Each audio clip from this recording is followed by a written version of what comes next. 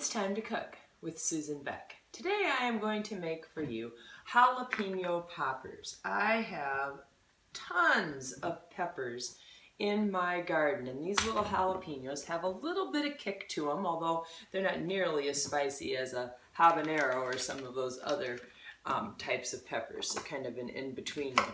So I am going to remove all the stems from these today and fill them with cream cheese and wrap them in bacon. These will bake in the oven. I've turned my oven on to 350 degrees. I have done these on the grill before.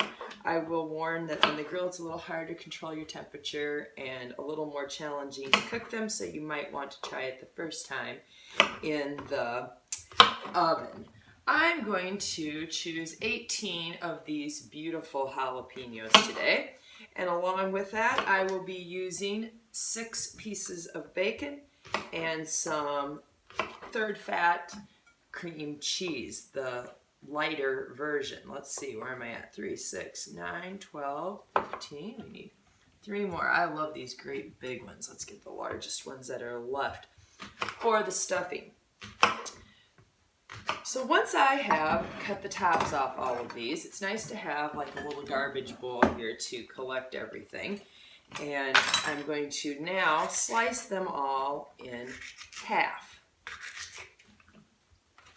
Once I have them all sliced in half, my next step will be to remove most of the seeds and all of the ribs.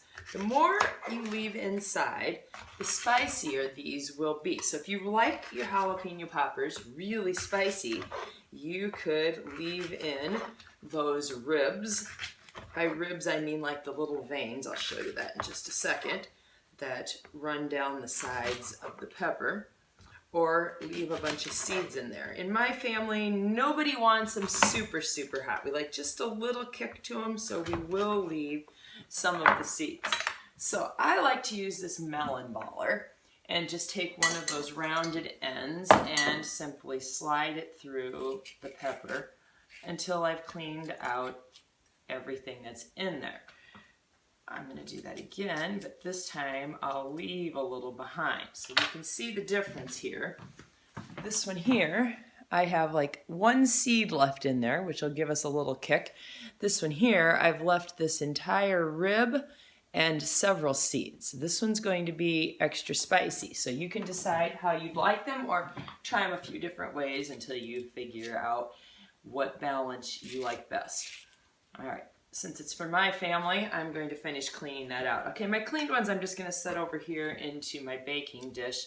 Otherwise, I find that I sometimes get the seeds back on them again, and a little bit of a surprise when you go to eat that one. So cleaning out the seeds and the ribs, leaving just a couple seeds now and then so that you do get a little bit of heat. Oh, I just realized one other thing I usually do when I do these is I put on gloves. And I have on my hands now my gloves. I totally forgot to set those out in prepping for this video. But there are a lot of spicy juices, and my hands are getting pretty wet from cleaning these. And those juices, if I touch my eyes, or if you have any open cuts or something, I mean, it just burns, and it burns for quite a while. So one solution I have found is to put on some gloves, and then I can easily just rinse off the gloves and remove them, saving myself from that risk, or at least reducing that risk. And I won't have a seed caught in my fingernail or something that comes back to haunt me later with that fiery power. So I am just about done cleaning out all of these peppers, and then we will move on to filling them.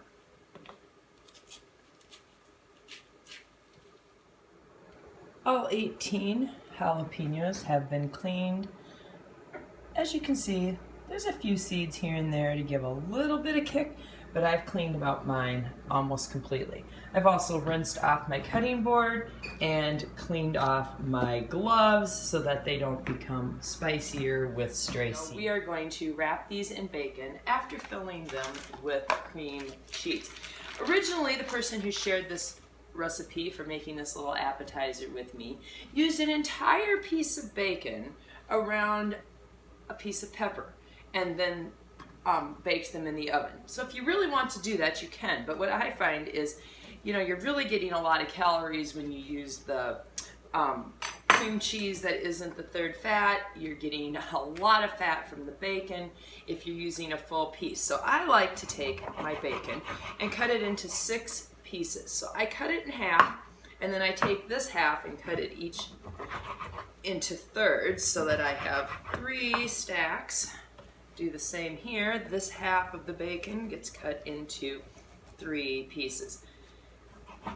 I found that I really just don't need bacon all the way around my jalapeno in order for it to still taste good. Bacon and the cream cheese kind of cut through some of that heat that you get from that jalapeno, so it's nice to have, but I can reduce my calories quite a bit and still get that good taste by cutting my bacon way down in size. So I am going to put some cream cheese into the hollowed out spot.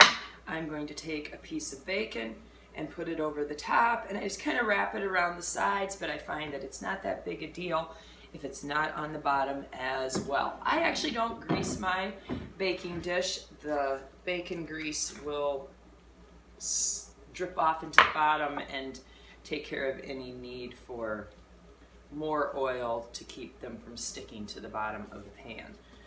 So I just simply, using just a table knife, take a little cream cheese, put it inside the pepper, lay a strip of bacon across the top.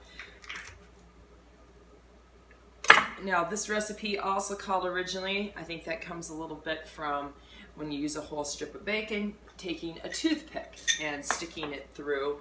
That would be a nice idea if you were serving these for guests or taking them to a party or something, because then everybody could just pick them up with the toothpick. But for my family, when we're just eating them, I find too that, okay, now I'm going through a ton of toothpicks. I would use 36 toothpicks today for these 18 poppers that have been cut in half, and it just seems kind of wasteful to me to be putting that many toothpicks to use that are just going to end up now in my garbage. Alright, so this just continues on, filling each one of these peppers, and then I will put them into my oven that is heated currently at 375 degrees. These are pretty forgiving though. If you're cooking something else and you need it at 350 or 400, anywhere in that range would really be just fine. You would have to cook it a little longer if your temperature's lower, and that's also one reason it works fairly well on the grill, because you don't need an exact temperature with this simple little appetizer. So I'm going to continue filling these, and I will put them in the oven, and I'll be back when they're done to show you our finished product.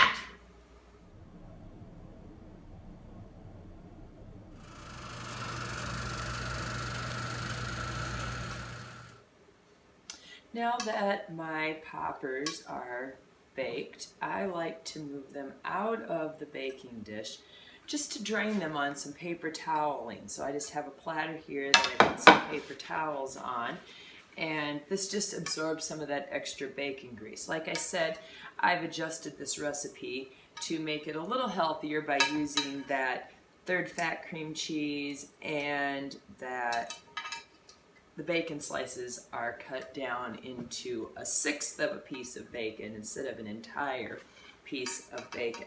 Now, if these seem like a little bit of a putsy, time-consuming thing to make, I also have posted recently a dip recipe called Jalapeno Popper Dip, and it still uses cream cheese and bacon and jalapenos, and you might like to check that out on my video channel to see a simpler way to go about making poppers.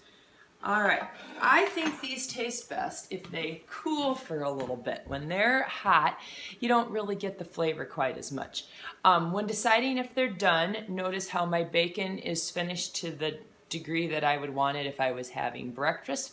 And if you were to put a knife or a fork into the pepper, it is now soft. You don't want any crunch left in that jalapeno. So, 45 minutes minimum, maybe even an hour in your oven to get them to this point. This is summer, sitting on the deck, enjoying my jalapeno poppers with jalapenos that I grew in my garden, drinking a glass of wine before dinner.